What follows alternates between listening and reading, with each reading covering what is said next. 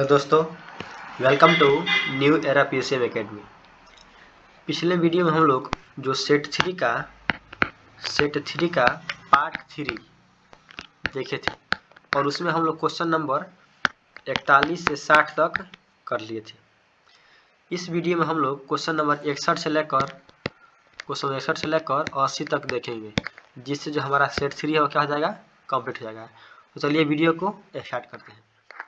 देखिए, question number जो 61 है वह कह रहा है कि जल के वैद्युत अपघटन में कैथोड पर कौन सी गैस मुक्त होगी। देखिए समझिए पहले इसको, एक होता है एनोड और एक होता है कैथोड। यह होता है प्लस और यह होता है नेगेटिव वाला। तो जब हम इस जल का वैद्युत अपघटन करेंगे तो यहाँ से होगा H प्लस, जो H और OH नेगेटिव। तो जो कैथोड है उस पर नेगेटिव है तो H वाला इस पे जाएगा और OH वाला इस पे आएगा।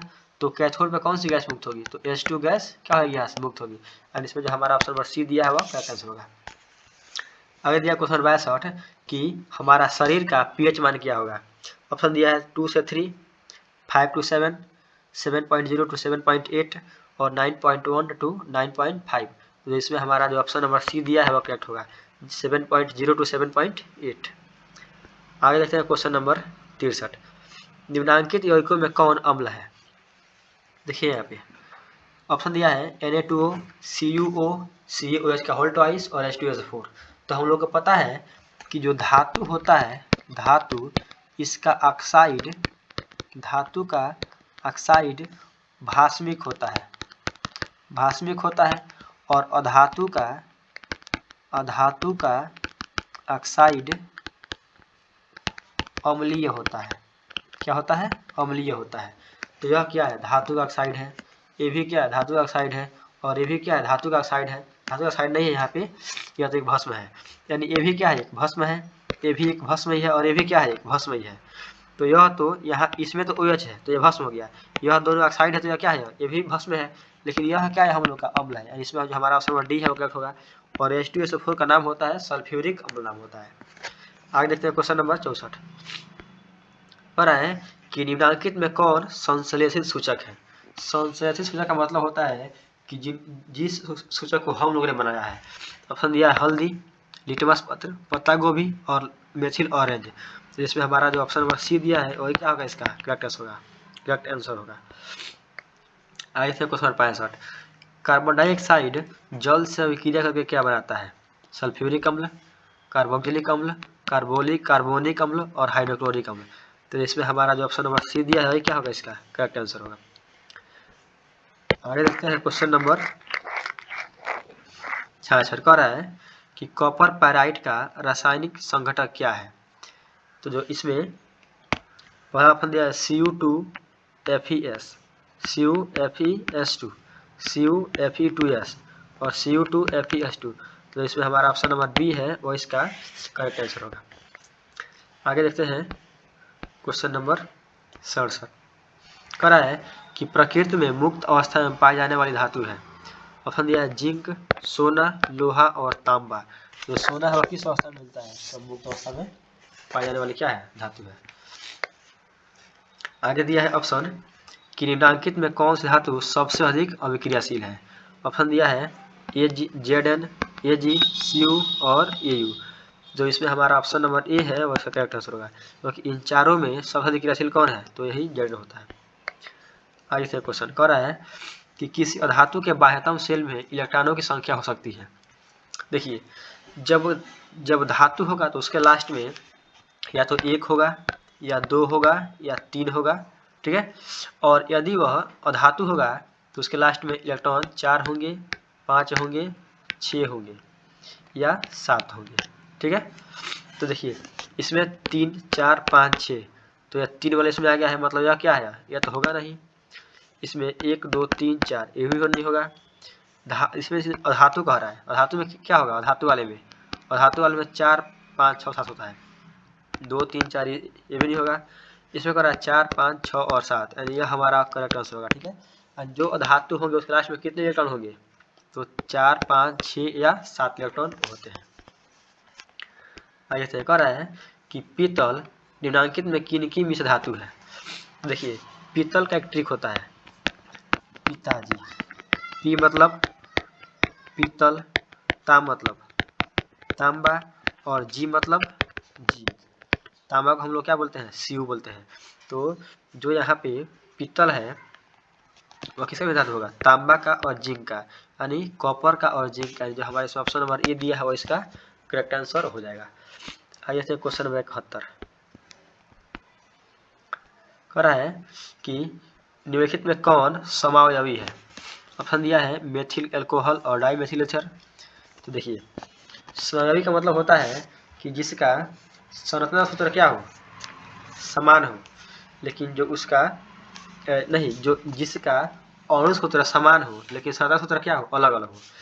जैसे यहाँ पर दिया है पहला मेथिल एल्कोहल तो CH3OH, एक दिया है डाई मेथिल ईथर मतलब CH3OCH3।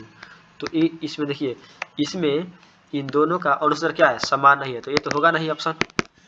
आगे दिया है एसीटोन और एसिटल्डिहाइड, एथिल अल्कोहल और डाई मेथिल ईथर और एथिन और एथाइन। देखिए एसीटोन, अगर हम बात करें ऑप्शन नंबर सी का तो एक होता है एथिल अल्कोहल C2H5OH और यहाँ पर डाई मेथिल ईथर यानी CH3OCH3। इसमें देखिए 2 कार्बन, इसमें भी 2 कार्बन, इसमें 6H 5 1 6, इसमें भी 2 3 3 6H और 1 O यानी 1 O। यानी जो इसमें हमारा अगर हम इन दोनों की बात करें एथिल अल्कोहल का और डाई मेथिल ईथर का, इन दोनों का अणु सूत्र क्या है, समान है, लेकिन संरचना सूत्र क्या है, अलग अलग है। यानी यह हमारा ऑप्शन नंबर सी होगा इसका करेक्ट आंसर। यानी एथिल अल्कोहल और डाई मेथिल ईथर क्या है, समावयवी है। ठीक है, आगे से क्वेश्चन नंबर 72 कह रहा है कि CH3OC2H5 का IUPAC प्रणाली के अनुसार नाम है, तो इसका नाम होता है मेथाक्सी एथेन। हमारा ऑप्शन नंबर ए इसका करेक्ट आंसर होगा। आगे से क्वेश्चन नंबर 73 कह रहा है कि लोहे की अभिक्रिया भाप से कराने पर लोहे का कौन सा ऑक्साइड बनता है।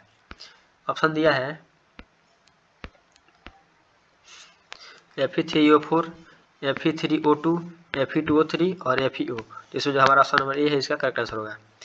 आगे से क्वेश्चन नंबर 74 कह रहा है एक तत्व का परमाणु क्रमांक 16 है तो आवर्त सारणी में इस तत्व की वर्ग संख्या क्या होगी। देखिए कोई एक तत्व इसका परमाणु क्रमांक क्या है, 16 है, मतलब जो तत्व होगा वह सल्फर होगा, सल्फर। ठीक है, और देखिए जब 18 होता है तो शून्य वर्ग यानी वर्ग 18 में आता है।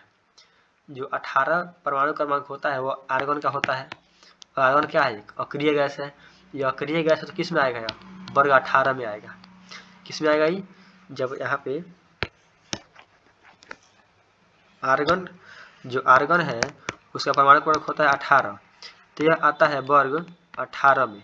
वैसे ही एक होता है क्लोरीन, इसका होता है 17, तो यह किस में आएगा, ये वर्ग 17 में आएगा।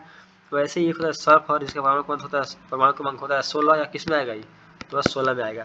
तो ये क्वेश्चन कर रहा है इसका परमाणु क्रमांक कितना है, 16 है, तो किस वर्ग में आएगा ये, तो वर्ग 16 में आएगा। इसका हमारा नंबर जो क्वेश्चन नंबर सी है इसका ऑप्शन वो इसका करेक्ट आंसर होगा।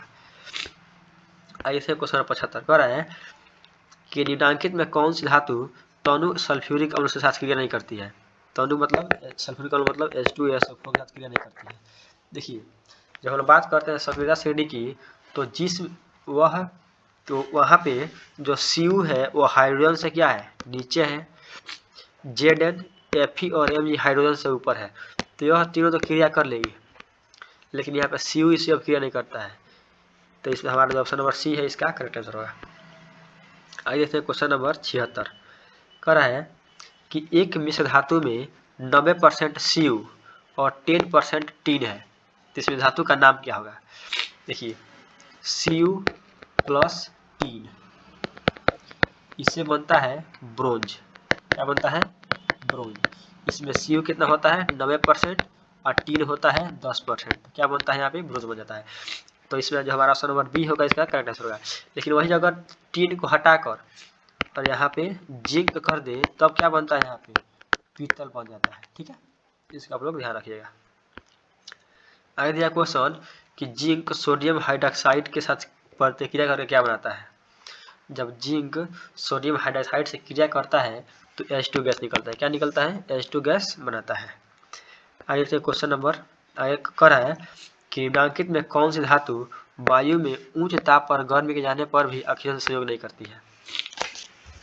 इनमें से कौन सी धातु वायु में उच्च ताप पर गर्म किए जाने पर भी ऑक्सीजन से संयोग नहीं करती है? ऑप्शन दिया है Al, Cu, Ag और Hg। तो इसका हमारा ऑप्शन नंबर सी इसका करेक्ट आंसर होगा। आगे देखते हैं क्वेश्चन नंबर कह रहा है कि अयस्क में उपस्थित अपद्रव कहलाते हैं। इसको हम लोग गैंग बोलते हैं। क्या बोलते हैं? इसको गैंग बोलते हैं। और सबसे लास्ट क्वेश्चन दे रहा है कि निम्नलिखित में से किस गुण के कारण धातुओं के तार बनाए जाते हैं?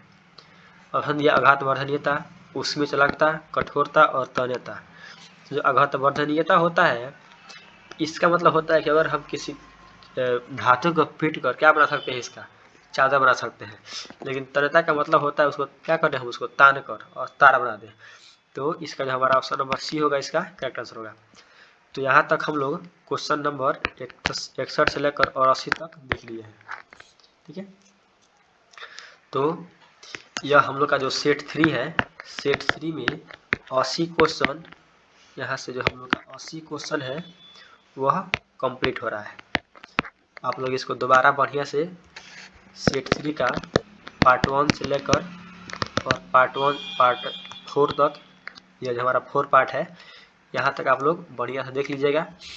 जो यह सेट कराया गया है वह इस बार जो 2022 का एग्जाम होने वाला है, 2022 वाला, उसमें बिहार बोर्ड का जो गेस्ट पेपर आया है इंटरनेट पे वही बनाया है। तो आप लोग इसको बढ़िया से ध्यान से पढ़ लीजिएगा। तो यदि आप इस चैनल पर नए हो तो चैनल को सब्सक्राइब करें। अगर आपको वीडियो अच्छा लगे, समझ आया हो, तो एक साइड में लाइक का बटन होता है, उसमें आप वो क्लिक कर दें और अपने मित्रों में, अपने दोस्तों में इसको एक अधिक शेयर करें। जय हिंद।